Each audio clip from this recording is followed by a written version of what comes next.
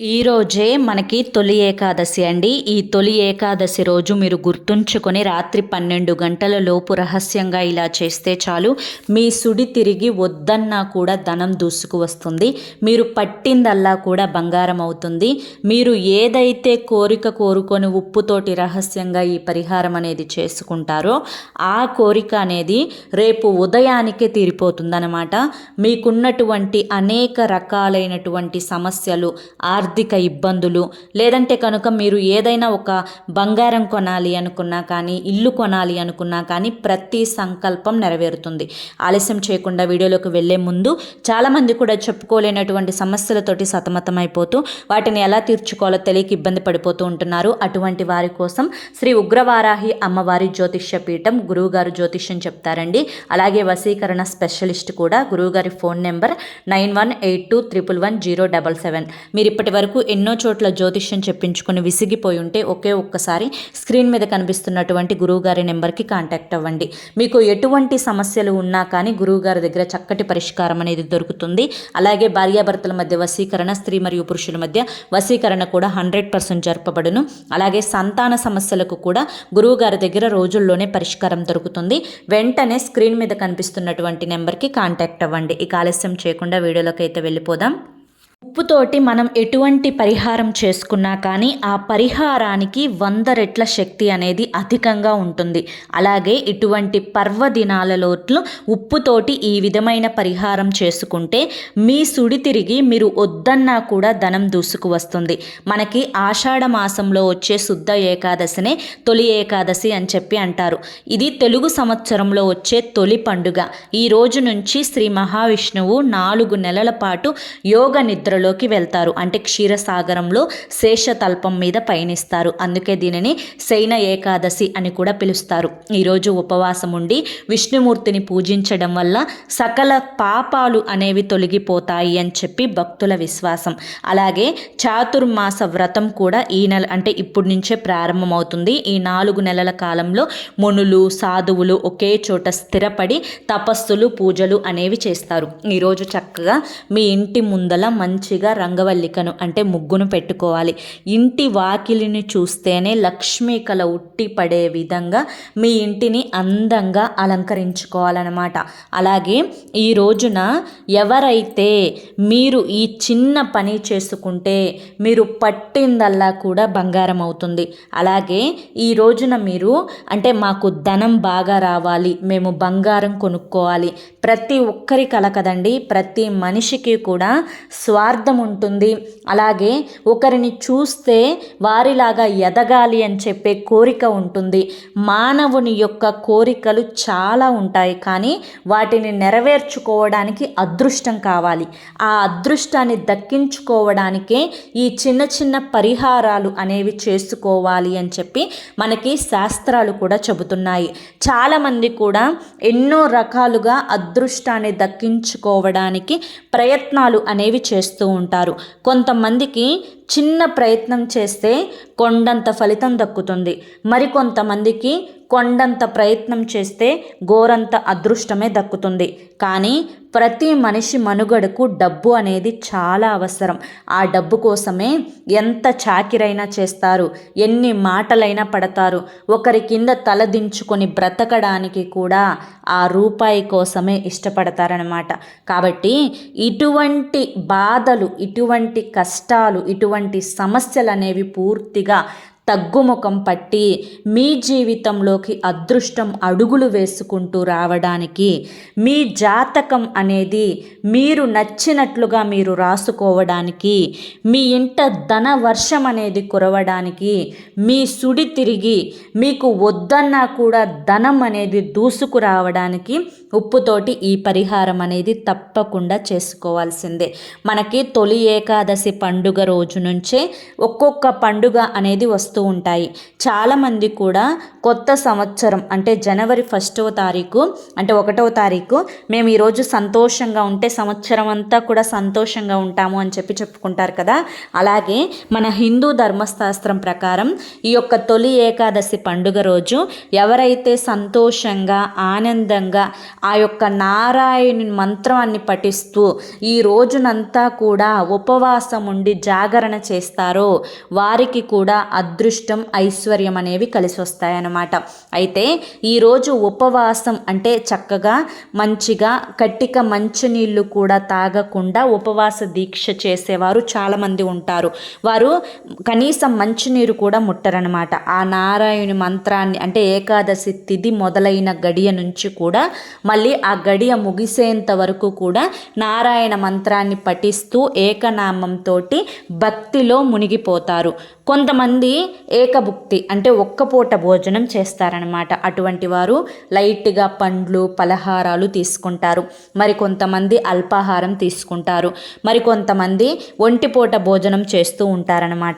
ఇలా మీ యొక్క ఆరోగ్య పరిస్థితిని బట్టి మీరు ఉపవాస దీక్ష చేయాలి అనుకుంటే చేయండి. లేకపోతే కనుక కనీసం ఏకభుక్తి అంటే ఒంటిపూట భోజనం చేసి పూజ చేసుకునే ప్రయత్నమైనా కానీ తప్పకుండా చేయండి. ఈరోజు ఉదయం సాయంత్రం 2 పూట్ల కూడా పూజ చేసుకోవాలి. ఈరోజు శనివారంతో పాటు కలిసి రావడం, ఏకాదశి తిథి శనివారంతో కలిసి రావడం చాలా అద్భుతమండి.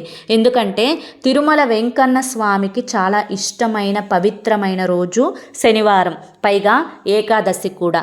మన దగ్గర డబ్బు నిలబడాలి అంటే లక్ష్మీ కటాక్షం అనేది ఖచ్చితంగా మన మీద ఉండాలి.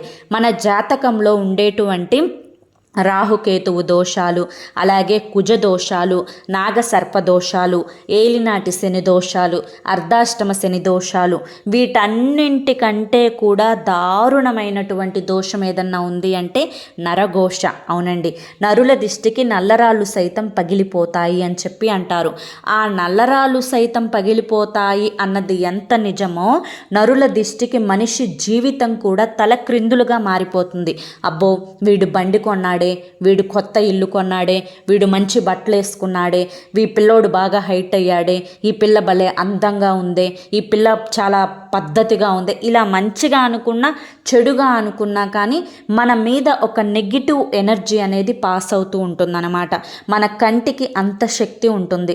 కాబట్టి ఒక్కొక్కరి చూపు అనేది కూడా అంత మంచిది కాదు. ఆ చూపు నుంచి మనం బయటపడి ఇంటిల్లిపాది సంతోషంగా ఉండటం కోసం, ముఖ్యంగా భార్యాభర్తలు అంటేనే అన్యోన్యంగా ఉండాలి. కానీ తరచుగా భార్యాభర్తల మధ్య గొడవలు రావడం, చిరాకులు రావడం, కొట్టుకోవడం, తిట్టుకోవడం, వీళ్ళిద్దరి గొడవల పరిస్థితి చూసి పిల్లలు దిగులు పడటం, ఇదంతా కూడా ఈ రోజుల్లో సర్వసాధారణమైపోయింది. కాబట్టి వీటన్నింటి నుంచి బయటపడి ఇంటి వాతావరణం అంతా కూడా పాజిటివ్గా మార్చుకోవడానికి, నెగిటివిటీని దూరం చేసుకోవడానికి ఉప్పుతోటి ఈ పరిహారం అనేది ఖచ్చితంగా ఈ తొలి ఏకాదశి రోజు మీకు ఏకాదశి గడియలు ఉన్నా లేకున్నా కానీ ఈరోజు శనివారంతో పాటు కలిసి వచ్చింది కాబట్టి రాత్రి 12 గంటల లోపు రహస్యంగా చేసుకోండి. రహస్యంగా అనే మాట ఎందుకు వాడాము అంటే కొన్ని చెప్తే పని చేయవు, కొన్ని చెప్పకుండా రహస్యంగా చేసుకున్న వాటికే ఫలితం ఎక్కువగా దక్కుతుంది. అలా ఫలితాన్ని దక్కించుకోవడానికి ఈరోజు మీరు రాత్రి 12 గంటల లోపు ఖచ్చితంగా ఈ పరిహారం అనేది చేసుకోవాలి. ఈరోజు మీరు అంటే ఏకభుక్తి చేసేవారు కానీ, పిల్లలకి ఇంట్లో వంట వండేటప్పుడు కానీ నాన్ వెజ్ అనేది ఎట్టి పరిస్థితులలో కూడా చేయకండి. కోడిగుడ్డు కానీ, చికెన్ కానీ, మటన్ కానీ, ఫిష్ కానీ, రొయ్యలు కానీ, పీతలు కానీ ఇలా నాన్ వెజ్కి సంబంధించి ఏవి కూడా వండకూడదు. ఉల్లి వెల్లుల్లి కూడా తినకూడదు. ఈరోజు సాధ్యమైనంత వరకు పొట్టని లైట్గా ఉంచుకోవాలండి. పండ్లు ఎక్కువగా తీసుకుంటే చాలా మంచిది. మనకి వాతావరణంలో మార్పులు అనేవి ఈ పండుగ నుంచి మొదలవుతాయి. వర్షాలు పడుతూ ఉంటాయి కాబట్టి మన యొక్క శరీరంలో కూడా అనేక రకాలైనటువంటి మార్పులు జరుగుతూ ఉంటాయి. కాబట్టి మన యొక్క శరీరం అనేది ఆ మార్పులకు తట్టుకునే విధంగా దృఢంగా మారడం కోసం ఈ రోజు నుంచి మనం చేసుకునే ఆహార నియమాలు కూడా చాలా అద్భుతంగా ఉండాలి అన్న ఉద్దేశంతో మనకి ఉపవాసం అనేది పెట్టారనమాట. ఉపవాసం అని చెప్పి ఎందుకు పదే పదే అంటున్నారు అంటే కనుక ఉపవాసం మన యొక్క శరీర శుద్ధికి ఉపయోగపడుతుంది, మనకి ఇమ్యూనిటీ పవర్ని పెంచుతుంది, మన శరీరంలో మలినాలను దూరం చేస్తుంది, మనకి ఒక కొత్త రకమైనటువంటి ఎనర్జీ అనేది మన బాడీ తయారు చేసుకోవడానికి, మన బాడీ రిపేర్కి ఉపవాసం ఉపయోగపడుతుంది. కాబట్టి తొలి ఏకాదశి రోజు ఉపవాసం ఉండాలి అని చెప్పి చెప్తారు. అంతేకాకుండా మనకి సంవత్సరంలో మొత్తం నెలకి 2 చొప్పున 12 నెలల్లో 24 ఏకాదశులు అనేవి వస్తాయన్నమాట.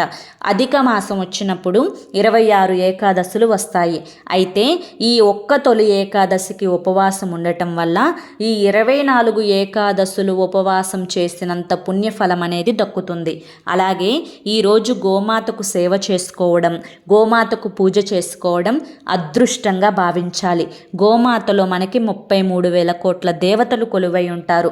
గోమాతను తాకడం, నుదుటి మీద తాకడం, వెన్నుముక దగ్గర తాకడం, గోమాతని తోక దగ్గర తాకడం, గోపంచకాన్ని తల మీద చల్లుకోవడం, అలాగే గోమాతను నమస్కరించుకోవడం, గోమాత కాళ్ళ కిందగా దూరి వెళ్ళడం, ఇటువంటివన్నీ కూడా చేయడం వల్ల మనకి జాతకంలో ఉండేటువంటి దోషాలు తొలగిపోవడంతో పాటుగా మన యొక్క గ్రహ దోషాలు కూడా తొలగిపోయి మనకి నెగిటివ్ ఎనర్జీ అనేది దూరం అయిపోయి మనం పట్టిందల్లా కూడా బంగారం అవ్వడానికి 33,000 కోట్ల దేవతల యొక్క అనుగ్రహం అనేది కలుగుతుంది.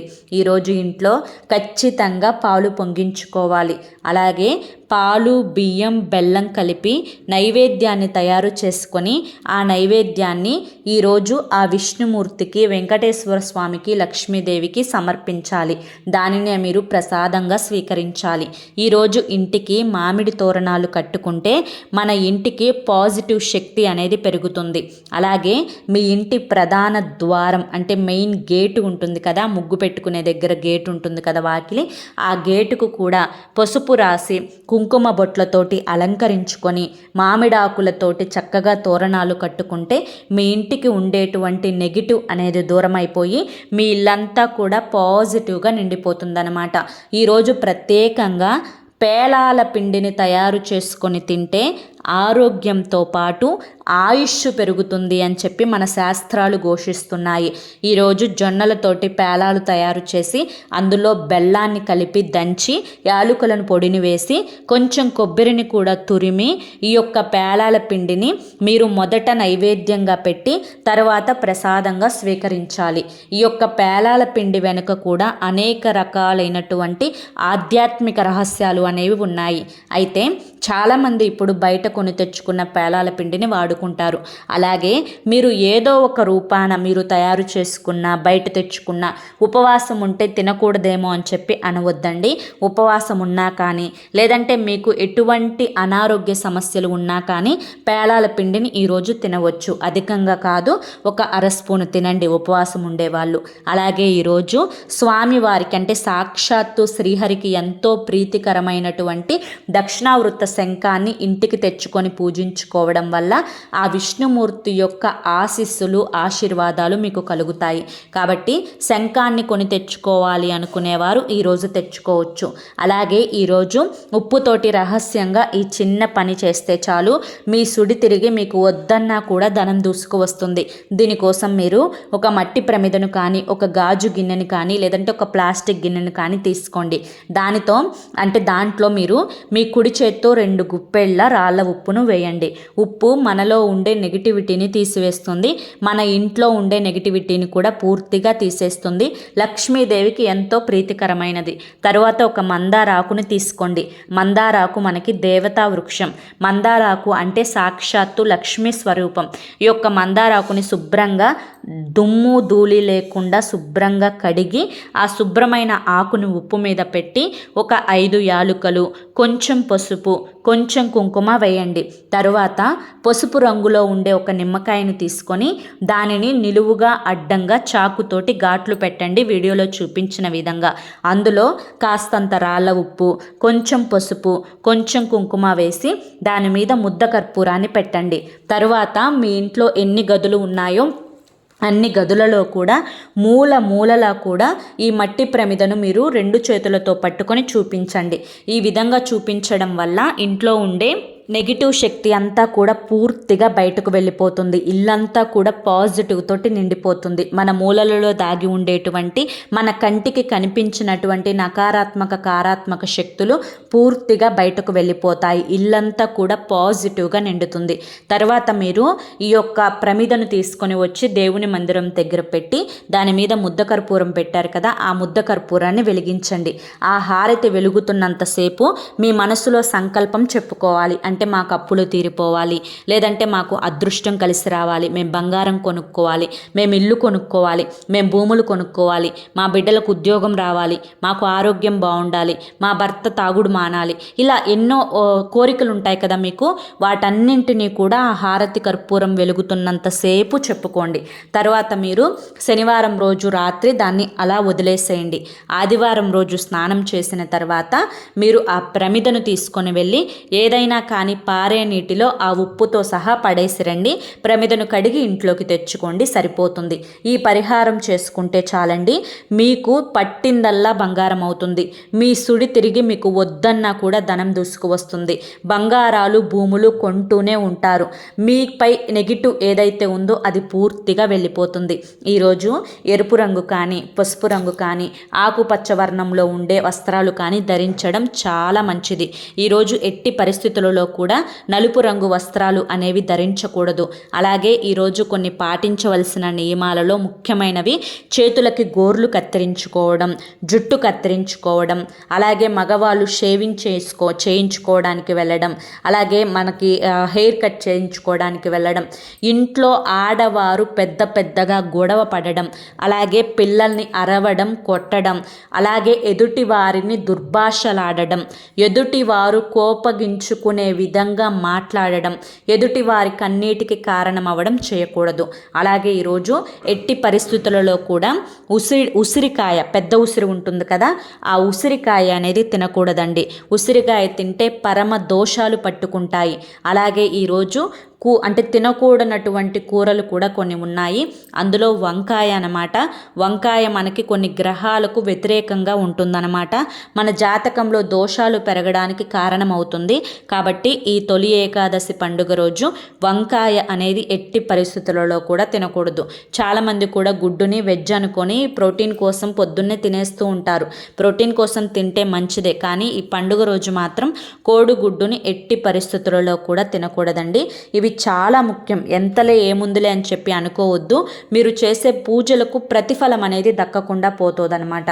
అలాగే ఈరోజు నాన్ వెజ్ కూరలు వండుకోవడం, చికెన్, మటన్, ఫిష్, రొయ్యలు, ప్రాన్స్, ఇంకా రకరకాల పీతలు ఇటువంటివి తెచ్చుకోవడం కానీ, బిర్యానీలు ఆర్డర్ పెట్టుకోవడం కానీ, లేదంటే మీరు బయటకు వెళ్ళి తినడం కానీ ఇటువంటివి చేయకూడదు. అలాగే ఈరోజు మినుములతోటి చేసినటువంటి ఆహార పదార్థాలు కూడా తినకూడదండి. మనకి మినుములతోటి చేసే ఆహార పదార్థాలు ఒంటికి బలాన్ని శక్తిని ఇచ్చినప్పటికీ కూడాను మనకి ఈ యొక్క ముఖ్యమైన పర్వదినాలలో తినకూడదు అని చెప్పి మన శాస్త్రాలు అయితే చెబుతున్నాయి. తర్వాత అన్నింటికంటే కూడా ముఖ్యమైనది నల్ల నువ్వులు. నల్ల నువ్వుల్లో కాల్షియం ఉంటుంది, ఆరోగ్యానికి మంచిదే. రోజు ఒక స్పూన్ తినవచ్చు. కానీ ఈ యొక్క తొలి ఏకాదశి పండుగ రోజు మీ యొక్క శని దోషాలు పెరగడానికి, ఏలినాటి శని దోషాలు కలగడానికి నల్ల నువ్వులు తింటే కారణమవుతాయి. కాబట్టి తినకూడదు. ఈరోజు మనకి శనివారంతో పాటు కలిసి వచ్చింది కాబట్టి ఎట్టి పరిస్థితులలో ఈరోజు తోటకూర ఇంటికి తెచ్చుకోవడం కానీ, వండుకోవడం కానీ, ఏపుడు రూపంలో చేసుకోవడం కానీ, పప్పు రూపంలో ఆకుకూర కలుపుకొని పెట్టుకోవడం కానీ ఇలా చేయకూడదు. అలాగే ఈరోజు బూడిద గుమ్మడికాయ. చాలామంది గుమ్మడికాయ అంటే మనకి ఆరోగ్యానికి చాలా మంచి చేస్తుంది, మనందరికీ తెలిసిన విషయమే. జ్యూస్ రూపంలో తాగుతూ ఉంటున్నారు ఇప్పుడు ప్రతి ఒక్కరూ కూడా. కానీ ఎట్టి పరిస్థితులలో కూడా ఈరోజు ఒక్కరోజు తాగకండి. ఎందుకంటే ఇది మన యొక్క శరీరాన్ని శుద్ధి శుద్ధి చేస్తుంది, కానీ ఈరోజు తాకకూడదు అని చెప్పి, మనం తినకూడదు అని చెప్పి మన శాస్త్రాలు చెబుతున్నాయన్నమాట. అలాగే ఈరోజు పొట్లకాయ కూడా ఎట్టి పరిస్థితులలో ఇంటికి తెచ్చుకోవడం కానీ, వండుకోవడం కానీ, తినడం కానీ అస్సలు చేయకూడదు. అలాగే చిక్కుళ్ళు, మనకి చిక్కులు రావడానికి, మనకు సమస్యలు పెరగడానికి, మనకి కష్టాలు పెరగడానికి, చిక్కుముళ్ళు పడడానికి చిక్కుడుకాయలు అనేవి అంటే ఇదవుతాయి అన్నమాట. కాబట్టి ఈరోజు చిక్కుళ్ళు ఇంటికి తెచ్చుకోవడం కానీ, వండుకోవడం కానీ, తినడం కానీ అస్సలు చేయకూడదు. ఈరోజు ఇంటి ఇల్లాలు పద్ధతిగా చీర కట్టుకొని, తలలో పూలు పెట్టుకొని, కాలికి పసుపు రాసుకొని, మెడలో నల్ల పూసలు వేసుకొని, నుదుటిన పాపిట్లో కుంకుమ బొట్టు పెట్టుకొని, చక్కగా లక్ష్మీదేవి కల ఉట్టిపడే విధంగా పూలను పెట్టుకొని అలంకరించుకొని మీరు పూజ చేసుకోవాలి. ఈరోజు విష్ణు సహస్రనామాలు, లక్ష్మీ అష్టోత్తర నామాలు చదువుకోవాలి. ఓం నారాయణాయ నమః అనే మంత్రాన్ని పఠిస్తూ ఉండాలి. అలాగే ఈరోజు పచ్చకర్పూరంతో స్వామివారికి ఆఖరిలో హారతిని ఇచ్చి మీ పూజను ముగించుకోవాలి. ఈ నియమాలు పాటిస్తూ చక్కగా ఉప్పుతోటి ఈ పరిహారం చేసుకుంటే మీ సుడి తిరిగి మీరు పట్టిందల్లా బంగారం అవుతుందండి. మీరు ఏదైతే సంకల్పించుకొని ఈ యొక్క పరిహారం చేసుకుంటారో ఆ సంకల్పం 100కు 1000% సిద్ధిస్తుంది. ఖచ్చితంగా చేసుకోండి. అర్థమైంది కదండి, ఎలా చేసుకోవాలి, ఏ నియమాలు పాటించాలి, ఇవన్నీ కూడా తెలుసుకున్నారు కదా. మరి ఈరోజు ఈ వీడియో మీ అందరికీ కూడా నచ్చింది అనిపిస్తే ఈ వీడియోకి ఒక లైక్ ఇవ్వండి. మీ యొక్క మనసులోని సంకల్పాన్ని చెప్పుకుంటూ కింద కామెంట్ సెక్షన్లో ఓం నమో నారాయణాయ అనే యొక్క మంత్రాన్ని కామెంట్ చేయండి. మొదటిసారి మన ఛానల్లోకి వచ్చినట్లయితే మన ఛానల్ని సబ్స్క్రైబ్ చేసుకొని సపోర్ట్ చేయండి. రేపు మరొక మంచి వీడియోతోటి మళ్ళీ కలుసుకుందాం. అంతవరకు కూడా లక్ష్మీనారాయణుల యొక్క ఆశీస్సులు మీ మీద, మీ కుటుంబ సభ్యుల మీద ఎల్లకాలం ఉండాలి అని చెప్పి మనస్ఫూర్తిగా కోరుకుంటూ సర్వేజన సుఖినో భవంతు. ధన్యవాదములండి.